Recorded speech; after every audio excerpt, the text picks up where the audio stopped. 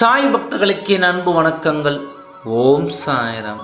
என் அன்பு குழந்தையே, உன் வாழ்க்கையில் உனக்கான மிக முக்கியமான நபரை காப்பாற்ற வேண்டும் என்று நினைக்கிறாய் அல்லவா?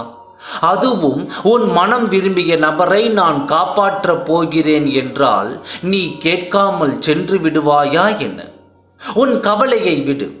உன் அன்பை உதாசீனப்படுத்தியவர்களுக்கு நீயோ சில தருணங்களுக்காக அங்கு காத்து கொண்டிருக்கிறாய். அப்பா, அவர் என் வாழ்க்கை முழுவதும் பயணித்தால்தான் நான் சந்தோஷமாக இருப்பேன்.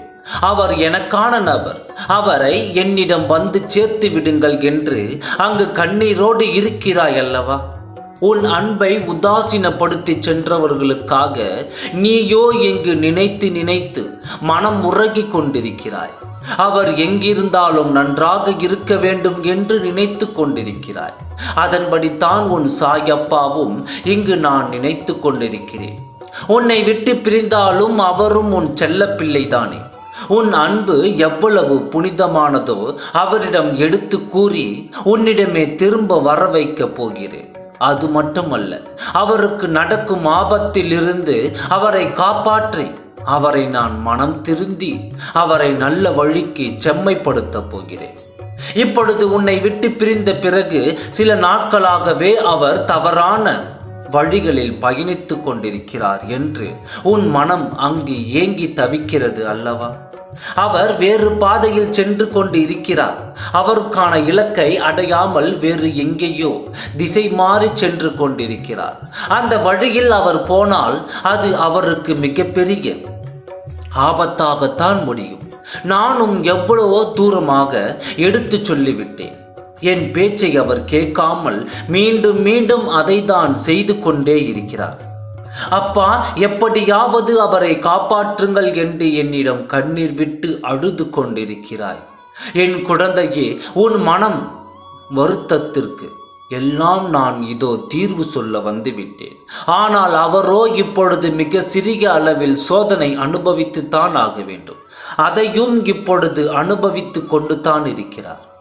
சரியான திசையில் செல்லும் போது சில கஷ்டங்களை அனுபவிக்க வேண்டிய சூழ்நிலை இருக்கத்தான் செய்கிறது. அதிலிருந்து நாம் யாரும் தப்பிக்க கொள்ள முடியாது.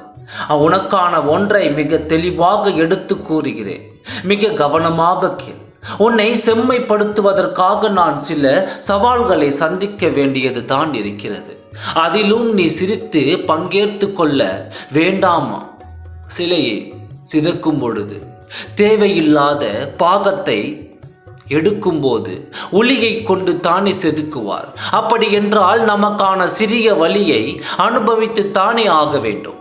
ஆனால் அது முழுமை பெற்று பிறகு பார்க்கும் பொழுது நம் கண்களுக்கு கண்கொள்ளா காட்சியாக நம் கண்களுக்கு புது விருந்து அளிக்கிறது அல்லவா?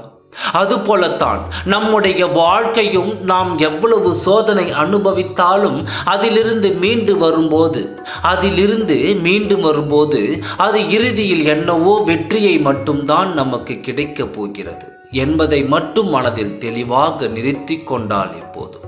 சில விஷயங்களை நாம் நம் வாழ்க்கையில் இருந்து அகற்றிவிட்டு நம் வாழ்க்கை இன்னும் அழகாக மாறும். அந்த தேவையில்லாத விஷயங்களை மாற்றி விட்டாலே போதும், அல்லது தவிர்த்து விட்டாலே போதும். நம் வாழ்க்கையில் எதை நோக்கி பயணிக்கிறோமோ அந்த நோக்கத்தில் நாம் கண்டிப்பாக வெற்றி பெறுவோம். அவருக்கான விடிகள் தொடங்கிவிட்டது. அவர் கண்டிப்பாக எனக்கு நன்றியை சொல்லத்தான் போகிறார். ஏன் தெரியுமா? எத்தனையோ ஆபத்தில் இருந்து அவரை காப்பாற்றி இருக்கிறேன். அதையும் அவர்களுக்கு நான் உணர வைக்கத்தான் போகிறேன். நீ இந்த வழியில் சென்றால் உனக்கான ஆபத்து அதிகமாக இருக்கும் என்று சில நேரங்களில் தேர்ந்த பின்னும் அதே வழியில் பயணிக்கத்தான் ஆசைப்படுகிறாய். ஆனால் நானோ திரும்ப அழைத்து கொண்டு மாற்று பாதையில் விடும் பொழுது உன் மனம் அங்கு செல்லாமல் வேறு எதையோ தேடிக்கொண்டிருக்கிறது. நான் உன் வாழ்க்கையை வீணடித்து விடுவேனா? நன்றாக நல்லபடியாகத்தானே வாழ வைப்பேன். அந்த நம்பிக்கை உனக்குள் இருக்கிறது அல்லவா? அப்படி என்றால் இதிலிருந்து உனக்கு எதில் நல்ல அறிகுறிகள் தோன்றுகிறதோ அதில் உன்னுடைய பயணத்தை தொடங்கிவிடு. உன் கூடவே நான் பயணிக்கிறேன். உன் ஆயுள் முழுவதும் ஓம் சாய்ராம். நன்றி, வணக்கம்.